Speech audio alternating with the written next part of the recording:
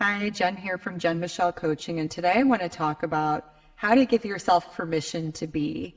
Sometimes permission to be can be one of the hardest things, right? It's like we've gotten so used to doing something that being is a foreign language to many women that I support and that I just come across. So I want to take a deeper dive into this today if this is a challenge for you, or even if you just want to improve upon just permission to be and to feel safer and more at home inside your body and the choices you make.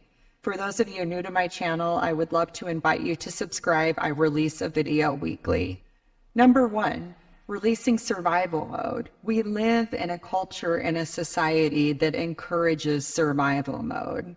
We are encouraged to be fast, to be efficient, to be on it, to be first, to not fall behind.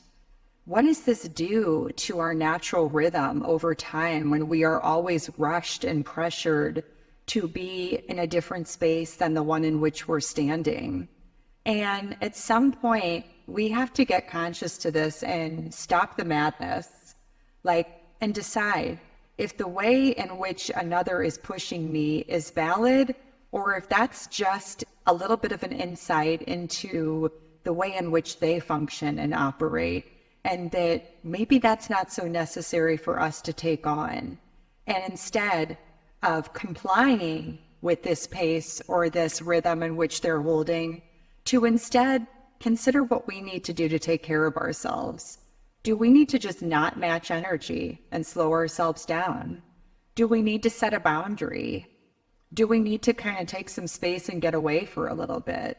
Really being in touch with what works for you, so you are always honoring your internal rhythm versus taking on a pace that is someone else's and is totally not sustainable and is going to ultimately leave you dysregulated and just spinning your wheels. Number two, it's the recognizing that always being in this achievement, action, make it happen mode doesn't feel good for most women.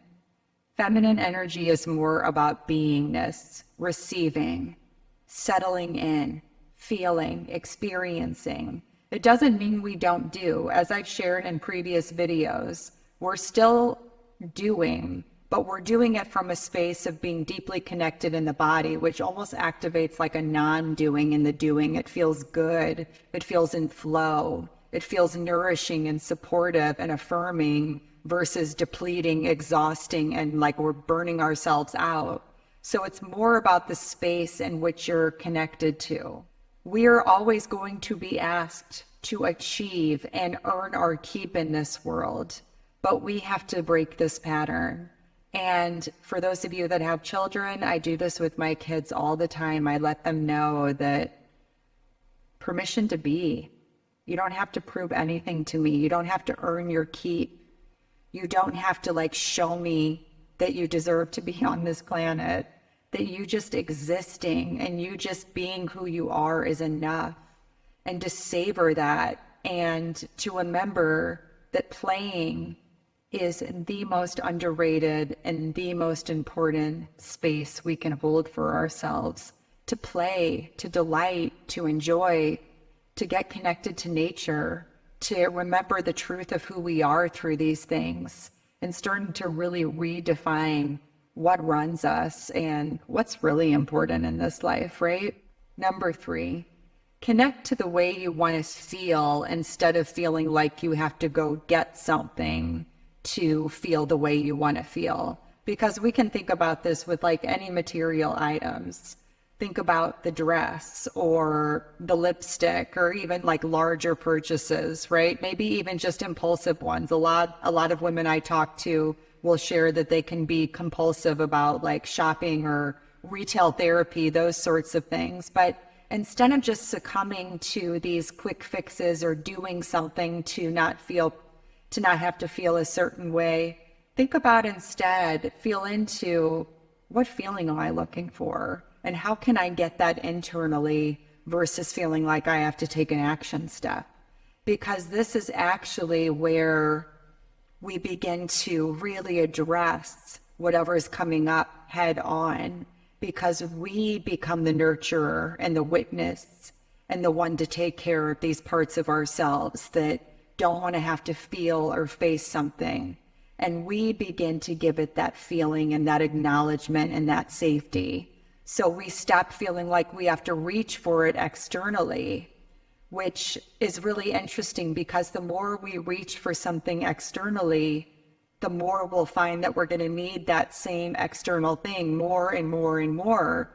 But when we allow ourselves just to feel and witness how we want to feel, what we want to celebrate or what we want to operate under inside of our body, and we meet that need internally, the way in which we begin to interact externally changes drastically, because we are really showing up for ourselves in a way that is in deep integrity, and we're not just like doing the quick fix or trying to satisfy the threat response only to find that the next time it happens we have to do the same thing again or up the ante again, right? Instead, we're like, I felt this way before and I can settle into this, and I don't actually have to do anything.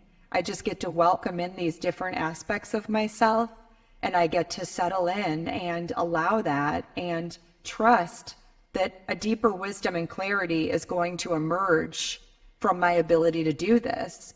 And you're growing in your comfort and your ability to simply be and to enjoy and play and feel just joyful inside of your body. So I would love to hear, for those of you that are really working to embrace your feminine energy and your beingness, how these practices support you. If you would like more sort of tools in your toolbox for this, I invite you to download my meditations that are on my website. You can find them at the link below. And these meditations are really designed to support you in accessing this feminine space within yourself and bringing this out more fully in the world. So when you're challenged, you've got this anchor and you've got this sort of way of just staying grounded and centered within yourself. I look forward to sharing that with you for those of you that are interested, and I will see you all next week. Much love.